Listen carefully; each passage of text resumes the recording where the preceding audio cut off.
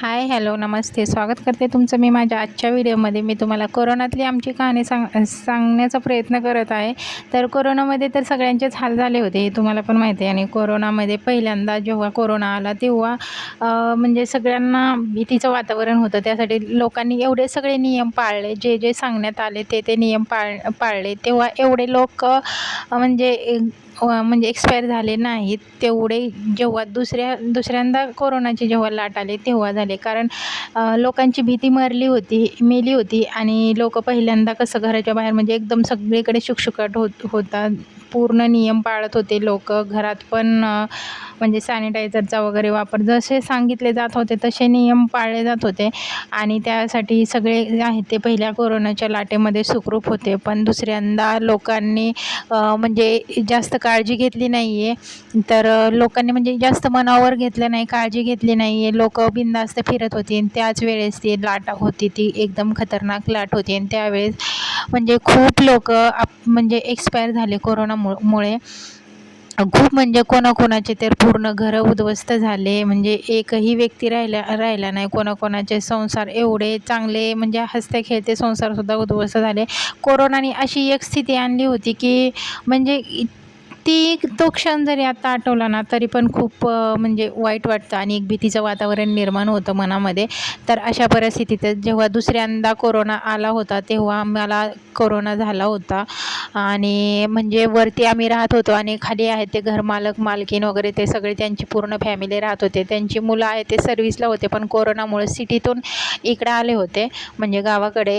हे एक गावाप्रमाणेच आहे. तर गावाकडे स्वतःच्या घरी आले होते ते सर्व्हिसला तिकडं असल्यामुळे. तर त्यांची पूर्ण फॅमिली आहे ते खाली राहायची आणि आम्ही दोघं नवरा बायको वरती राहतो. शेजारची जी रूम आहे ती रूम बिलकुल खाली राहायची.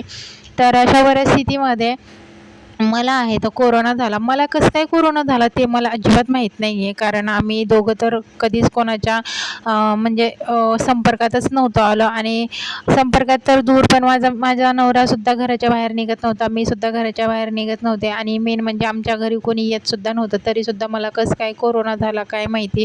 आणि अशा परिस्थितीत मी अक्षरशः 3 दिवस बोलत नव्हते. माझी एवढी परिस्थिती म्हणजे कठीण होती. आणि माझा नवरा मला हॉस्पिटलमध्ये घेऊनसुद्धा जाऊ शकत नव्हता. कारण जर घेऊन गेला हॉस्पिटलमध्ये तर खर्च त्यावेळेस म्हणजे डॉक्टरांची तर एवढी लयलूट चालली होती.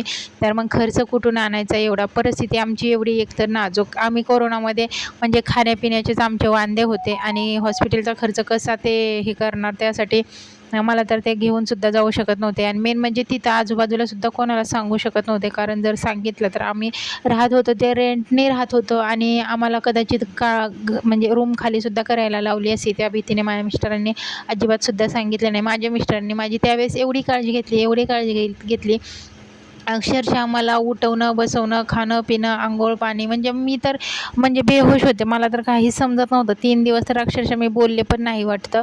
माझा श्वास बिलकुलसुद्धा चालत नव्हता. माझा नवरा मला 5-5 मिनिटाला काढा करून द्यायचा, गरम पाणी द्यायचा, भरपूर काळजी घ्यायची. अशा परिस्थितीत मग माझ्या नवऱ्याने तेव्हा सांगितलं होतं की संत्रा खायची, फ्रूट खायचे, असं बऱ्याच प्रकारे म्हणजे खाण्याचे पण नियम होते ते आणि परिस्थिती पण नव्हती एवढं की खायला आणून ते मला खाऊ घालेल. पण त्यातली त्यात म्हणजे एक फळ मागायचा माझा नवरा.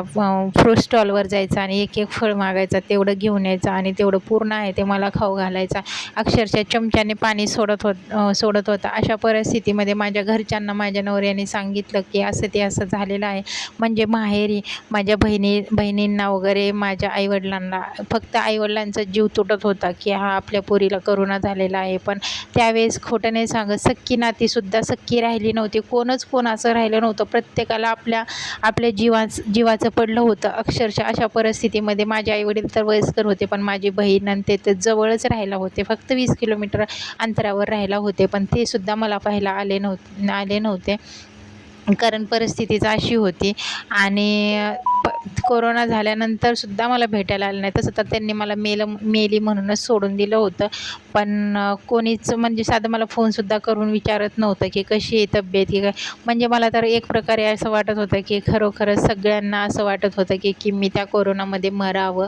पण देवाने मला माझ्या लेकरासाठी आणि माझ्या नवऱ्यासाठी मला वाचवलं आणि 3 दिवसानंतर अक्षरशः मी डोळे उघडले घरीच. माझ्या नवऱ्याची जी पण म्हणजे देवावर श्रद्धा होती, जे पण माझा नवरा मनापासून जे करत होतं त्याच्यात त्याला यश मिळालं आणि मी 3 दिवसानंतर अक्षरशः डोळे उघडले आणि मी म्हणजे थोडं-थोडं बोलायला लागले, थोडं-थोडं खायला लागले. म्हणजे दूध, चहा, पाणी असं लिक्विडचे पदार्थ असतात ते खायला लागले. फ्रुट्सच्या फळांचा ज्यूस वगैरे हे करून द्यायचे ते मी खायला लागले आणि हळूहळू माझ्या तब्येतीत सुधारणा झाली. हा सगळा एक देवाचा चमत्कार घडल्यासारखंच म्हणजे झालं सगळं.